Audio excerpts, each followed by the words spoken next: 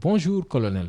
Bonjour. Vous avez parlé des choses qui vous ont positivement marqué dans l'armée durant votre parcours. Mais quelles sont ces choses-là qui vous ont balafré, par exemple, durant votre parcours dans l'armée? Vous avez parlé de vos opérations en Casamance, par exemple. Il y a eu l'affaire Médina Mankagne et autres. Qu'est-ce qui vous a le plus touché, vous? Bon, c'est vrai que on a perdu des camarades Mhm, en Casamance. Moi, j'ai perdu des camarades. Le lieutenant Sow était le premier promotionnaire à moi qui est tombé. Il était jeune lieutenant. Il était en Casamance, c'est le premier qui est tombé. mhm, On a perdu d'autres officiers. mhm, On a été, Casamance, c'était difficile, mais c'était la défense du territoire également. C'était la défense contre des rebelles. mhm, J'ai fait, comme je vous ai dit, 3 séjours en Casamance comme lieutenant, comme capitaine et même commandant GT également. mhm, J'ai vu des choses vraiment terribles, mhm, mais c'est les dommages collatéraux de la rébellion en Casamance. mhm, Ce qui nous a fait mal, mais surtout, c'est que c'est notre pays. mhm, Les gens qui sont morts là-bas, ce sont des Sénégalais, qu'ils soient rebelles, qu'ils soient militaires, qu'ils soient civils. C'est des Sénégalais, ça nous a fait un peu mal. Ça a également un peu donné une mauvaise impression de notre image du Sénégal, pays stable, la Casamance. Et jusqu'à présent, je crois que ça s'est calmé, mais il y a toujours des problèmes. Mais on a vu des gens mourir là-bas, c'était vraiment difficile. mhm, On n'aurait pas souhaité avoir ces morts-là, les champs minés, les gens qui sautent sur des mines.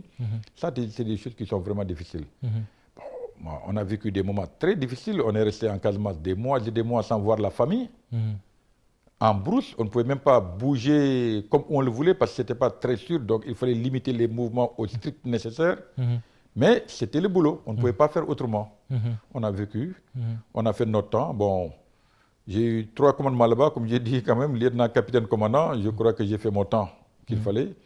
Et j'ai laissé les camarades qui sont sur le terrain jusqu'à présent. Et je tire chapeau vraiment à l'armée qui jusqu'à présent tient bien la route. Les dernières opérations en Casamance, qu'est-ce que vous en pensez? Chaque fois c'est comme ça. Chaque fois, c'est dommage d'en parler parce que je ne veux pas réveiller de la Souvent, haine. bien sûr. Mais chaque fois, l'armée réussit quand même à maîtriser la situation, à prendre le dessus.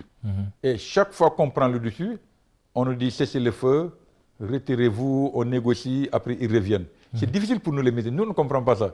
Chaque fois on dit retirez-vous, on se retire, les gens reviennent, ils se préparent, ils se nourrissent, un beau jour ils nous surprennent, ils tapent, on a des blessés, ça fait mal. Et chaque fois qu'on revient et qu'on reprend le dessus, on nous dit arrêtez, cessez le feu. Mais bon, c'est les civils qui commandent, hein. Mais les frais, on les sent sur le terrain. C'est ça qui est un peu difficile, quoi. Bien On sûr. aimerait bien que cette guerre-là, ou bien cette guerre, ou bien ce conflit, appelez ça comme vous voulez, qu'elle cesse définitivement pour que les populations de la Casamance et du Sénégal puissent vivre en paix dans ce pays-là. Depuis votre petite retraite, si je puis le dire ainsi, quel regard jetez-vous sur l'actualité du pays? Bon, le pays, comme je l'ai dit, bon, j'ai eu la chance de commander dans l'armée. C'est des jeunes. J'ai eu la chance de commander le service civique national, l'ASP. J'ai eu la chance de travailler dans un ministère de diplomatie, c'est-à-dire dans l'ambassade. Je crois que le Sénégal est un pays béni, ou bien peut-être pouvait être un pays béni, parce qu'on n'est pas grand, on n'est pas nombreux, on a la paix, surtout la paix religieuse, hein, le dialogue des cultures et des religions là, on est stable et on a nos réalités. C'est un pays, moi à mon avis, qu'on doit pouvoir développer facilement. Mais faudrait-il que les gens s'y mettent? Parce que moi, comme j'ai dit, dans ce pays-là, un pays extrêmement riche. On nous a toujours dit qu'on était pauvre, on n'avait rien, mais on s'est rendu compte que c'est un pays riche, il y a du pétrole, il y a le gaz, il y a beaucoup de choses. On a des ressources humaines très qualifiées, mais le problème c'est qu'on les utilise mal ici au pays-là. On nous donne l'impression de ne rien connaître, de ne pas avoir de l'expérience, ou bien d'être pauvre. J'ai dit non, nous on n'est pas pauvres. Les étrangers qui viennent ici au Sénégal, les étrangers ne viennent pas chez le pauvre. S'ils viennent ici, c'est qu'il y a quelque chose qui est là. Et effectivement, il y a matière à donner.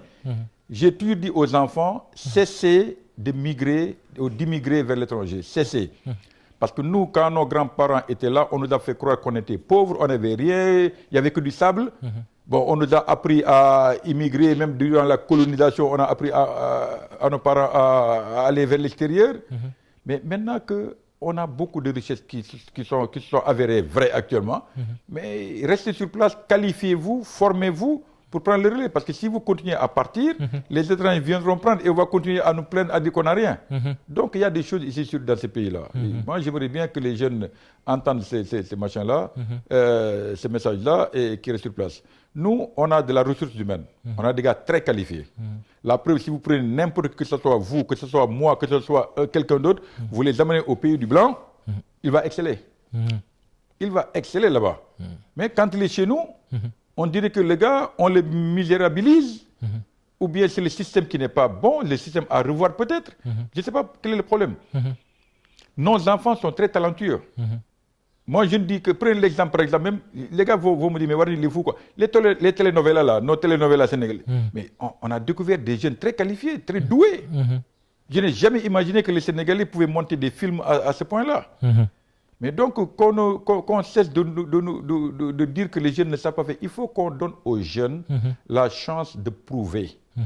Comme j'ai dit, les retraités, etc., je l'ai déjà dit à Alassane Samba Diop, les gens qui font des cumuls de fonctions, il faut qu'on les laisse un peu, qu'on bannisse cette pratique-là et qu'on donne la chance à tous les Sénégalais.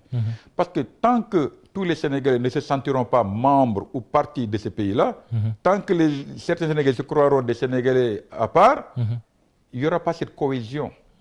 Et on a besoin de cette cohésion-là pour développer ce pays. On a besoin de cette solidarité entre nous. C'est pour ça que je dis, il ne faut pas tenter les diables pour donner à quelqu'un 3, 4 boulots, soit disant il est compétent, il est compétent. Mais même s'il est compétent, il ne peut pas dérouler correctement les 4 boulots en même temps. Donc laissons la chance aux autres. S'il faut couper des salaires et en faire des petits pécules, des petites bourses à des Sénégalais, donnons la chance à tout le monde. De toute façon, je crois que ça va éveiller la conscience et ça fera que les enfants se sentiront membres de cette affaire-là, partie de ce Sénégal-là. Et c'est bien, il faut une solidarité, comme j'ai dit, une solidarité citoyenne. Il faut qu'on laisse la place un peu aux autres. Il ne faut pas qu'on prenne tout, comme j'ai dit à quelqu'un, ce que vous voulez, c'est ce que je veux. Ce que votre femme, ma femme veut la même chose. Votre enfant, mon enfant veut la même chose. Donc il faut qu'on soit un peu solidaire pour développer ce pays. Malheureusement, les émeutes qui sont passées récemment, vous avez vu. Bien sûr. Les enfants là, c'est des Sénégalais qui étaient sortis, brûlés, cassés, etc. Ils avaient faim, on dit, ils avaient ceci. Mais si ces gens-là étaient occupés à un petit boulot, quel qu'il soit, parce que moi j'ai commandé le service civique national, je vous l'ai dit, et l'armée. Le service civique national, les gosses ont un pécule de 30 000. Mais ils ne déconnent pas. Vous allez voir les mouvements à foulard, les pionniers, la Croix-Rouge, c'est des volontaires. Ces gens-là sont encadrés. Ils sont habillés, ils sont encadrés et ils font un bon boulot. Vous les entraînez de pas faire certaines choses.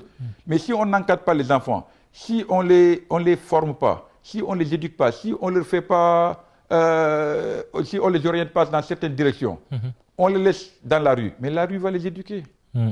C'est vrai qu'on dirait que c'est pas la responsabilité seulement de l'État, d'accord, la responsabilité des parents, de la société civile, de l'État, tout le monde est dedans. Mais en tout cas, tant que les jeunes Sénégalais, les Sénégalais en général ne se sentiront pas chez eux, tant qu'ils ne seront pas fiers de leur pays, je ne sais pas comment on va développer ce pays-là pacifiquement un jour. Alors aujourd'hui, l'autre aspect, c'est la famille Wardini qui est extrêmement bien vue dans votre pays. Comment vous voyez déjà l'action de votre sœur Rose Wardini? Vous savez, nous, notre famille Wardini, c'est le nom Wardini déjà, beaucoup de gars, mais vous êtes Sénégalais ou non? Oui, je suis Sénégalais, je suis militaire. Mon papa était Libanais. Ma mère est Sénégalaise. C'est un mixage. Hein? On est là depuis longtemps. Mon père est décédé actuellement, maman est décédée, mais quand même, on a été éduqués au Sénégal et on a grandi au Sénégal. Et dans notre famille, il n'y a pas que Rose, Docteur Rose, que tout le monde connaît dans le social. La mère de Dakar, Soham, c'est l'aîné de la famille. Moi, elle a commandé Dakar. Moi, j'ai commandé Dakar militaire. Elle a commandé Dakar civil. Rose est docteur, tout le monde la connaît. Émile Wardini, tout le monde connaît Émile Wardini également. Il était banquier et il a un arrêt Wardini à l'université que les étudiants de droit apprennent. Parce qu'il avait un problème avec le gouvernement de Senghor et il a eu gain de cause, il a gagné. Donc c'est un arrêt que les gens, les étudiants en droit étudient. Donc on a laissé nos marques dans ce pays-là. Quel que soit X, Y, nous les Wardini quand même, les gens nous connaissent dans ce pays-là. On ne se bagarre pas, on ne se tiraille pas, on ne nous entend pas dans certaines choses. On sert ce pays-là qui nous a tout donné. On est à la disposition du pays, on aide et on fait ce qu'il a à faire. Vous n'allez jamais entendre Wani insulter dans des manifestations politiques ou quoi que ce soit, vous ne le verrez jamais. On ne va pas se bousculer pour des postes, comme j'ai dit à quelqu'un. Nous, on veut servir, on sait qu'on peut servir. Si on veut qu'on serve, on nous laisse servir. Si on ne veut pas, prenez, mais on ne va pas se bagarrer pour ça. On ne va pas se bagarrer ni insulter quelqu'un, ni jeter des pierres, ni casser. On est là, bon, papa et maman, c'est une famille qui a vécu au village d'abord, à Ladmengue, avant de migrer à Dakar. On était à Ladmengue, derrière Kaolack, on a migré à Dakar, mais de Dakar maintenant, pratiquement tout le monde est ici. Dieu merci en tout cas, on ne se plaint pas, on est bien dans notre peau. Alors que dites-vous, en guise de dernier mot, aux Sénégalais qui, pour la plupart, vous admirent et ont admiré votre passage dans l'armée? Je dirais à ces Sénégalais-là que tout est possible. Hein, que tout est... Il ne faut pas qu'ils croient que c'est pas parce que j'ai pas d'argent, je ne peux rien faire. Non, même sans argent, on peut faire quelque chose. Il suffit d'y croire et de vouloir. Quand on veut, on peut. Quand on veut et on est sérieux et on est patient, il faut être patient. Il ne faut pas se presser pour dire aujourd'hui de l'argent. Non, l'argent ne se bâtit pas comme ça. C'est comme une maison. Si la fondation n'est pas solide, tout ce que vous mettrez, ça va paraître beau, mais ça va tomber. Si vous voulez quelque chose de durable, de bien et réussir dans la vie, il faut être patient et il faut y croire. Et il faut au moins essayer. Et Dieu aidera. Ne croyez pas que ça va tomber du ciel comme ça. Donc ces jeunes Sénégalais, ce que je peux leur dire, c'est que l'avenir est devant. Et j'y crois. Avec toutes les richesses découvertes au Sénégal ces temps-ci, vraiment je crois qu'il y a beaucoup de choses à faire. Et ces jeunes Sénégalais sont très bien éduqués, sont très forts en matière de technologie de l'information et c'est ça actuellement qui tourne dans ce monde-là. Les enfants peuvent réussir dans ce pays-là. Ils n'ont qu'à y croire, s'organiser et demander à être encadrés. Et je crois que s'ils tombent sur des bonnes volontés qui voudront bien les encadrer, ils peuvent réussir très bien ici au Sénégal. Il n'y a pas besoin d'aller vers l'extérieur pour réussir. On peut réussir au Sénégal. J'ai vu des cas, des gens qui sont venus à Dakar avec 50 000 francs. Le gars de Sédima, on m'a parlé de gars de Sédima, on m'a parlé de Diallo Pitch, des gars qui n'avaient rien du tout et qui ont réussi. À force de travailler, d'être patient, je crois que ça ira. Il ne faut pas se presser, c'est tout. Avez-vous un message aux hommes politiques qui, des fois, c'est eux qui mettent le feu aux poudres, comme on dit? Bon, je n'encouragerai jamais la jeunesse à aller casser, parce que comme on dit, tout ce que vous cassez, la République va remplacer, c'est notre argent, etc. Je n'inviterai jamais la jeunesse à sortir dans les rues, à se bagarrer, à tuer. Ce n'est pas la bonne solution. Je crois que la meilleure des solutions d'abord, c'est au niveau familial, qu'on éduque bien nos enfants, qu'on les amène à l'école, qu'on essaie de leur donner de bons diplômes, une bonne éducation qui va être complétée normalement dans la société et par le gouvernement également. Je crois que si on fait ça, ça ira bien. Les enfants qui sortent, moi, je ne vais pas critiquer, je ne vais pas dire quoi que ce soit. Ils ont leurs raisons. Et chacun a ses raisons. Le politique a ses raisons, le marabout a ses raisons, le citoyen a ses raisons, même le militaire a ses raisons. Je ne vais pas rentrer dans le cœur pour savoir pourquoi ils l'ont fait. Est-ce qu'ils l'ont fait parce qu'ils aiment le faire ou est-ce qu'ils l'ont fait parce qu'ils n'avaient pas d'autres alternatives, d'autres choix? C'est pour cela que je dis qu'il faut qu'on soit solidairement unis. Qu'il y ait cette solidarité citoyenne, qu'on s'entraide. Je n'ai pas dit de prendre ton argent, de donner à n'importe qui dans la rue, mais il faut qu'on mette les conditions en place pour permettre à tous les citoyens sénégalais de pouvoir espérer travailler, en tout cas. Même s'il n'est pas qualifié, on peut l'encadrer pour le qualifier. Même s'il n'est pas formé, on a la responsabilité de le former parce que c'est l'avenir du pays. Si ces enfants-là sont pauvres, à côté de ceux qui sont riches, ça ne marchera jamais parce qu'ils vont toujours être tentés d'aller voler ou bien de demander ou bien de harceler les gens, d'agresser, ce n'est pas bon. Donc le message que je donne aux jeunes, c'est d'y croire que ce n'est pas la fin du monde, on peut réussir dans n'importe quel domaine. Choisissez une branche déterminée que vous aimez, où vous savez faire quelque chose, foncez-y à 100%, demandez à être encadré, on vous encadrera et on vous orientera. Aux autorités qui doivent... Aux autorités, leur responsabilité, comme j'ai dit tout à l'heure, c'est d'encadrer les jeunes. Même s'ils ne créent pas des emplois, ils doivent créer les conditions pour permettre à ces jeunes-là de trouver du boulot. Moi, j'ai dit, j'aime bien le Brésil, où j'ai été attaché de défense. Mais le Brésil, ils ont mis des centres de formation professionnelle un peu partout, mais des vrais centres de formation professionnelle. Quand vous voyez des enfants brésiliens, des jeunes, intervenir chez vous au point plomberie ou électricité ou téléphone, des jeunes, quand je les regarde, moi, je n'en reviens pas. Et quand je le demande, ils ont été formés. J'ai demandé aux Brésiliens qui font des avions, les militaires, qui font des bateaux, qui font des véhicules en pagaille. J'ai dit, mais où est-ce que... Même une base nucléaire est en train d'être construite, si ce n'est pas terminé actuellement à Rio de Janeiro. J'ai demandé à mes collègues, mais comment vous avez fait? Ils ont dit, on a été apprendre, l'État nous a envoyé apprendre, on est venu, l'État nous a financé, on a travaillé. Et c'est eux qui font le boulot. Et c'est là où je demande à l'État également de faire en sorte que tout ce que l'on acquiert de l'extérieur, si on peut demander un transfert de technologie, comme les Brésiliens, ce serait bien. Parce que si on doit acheter des véhicules, un terre, et demander aux gens de le monter chez nous, ça va construire des usines, ça va permettre aux jeunes Sénégalais, la main-d'œuvre de travailler, et ça va nous qualifier un jour.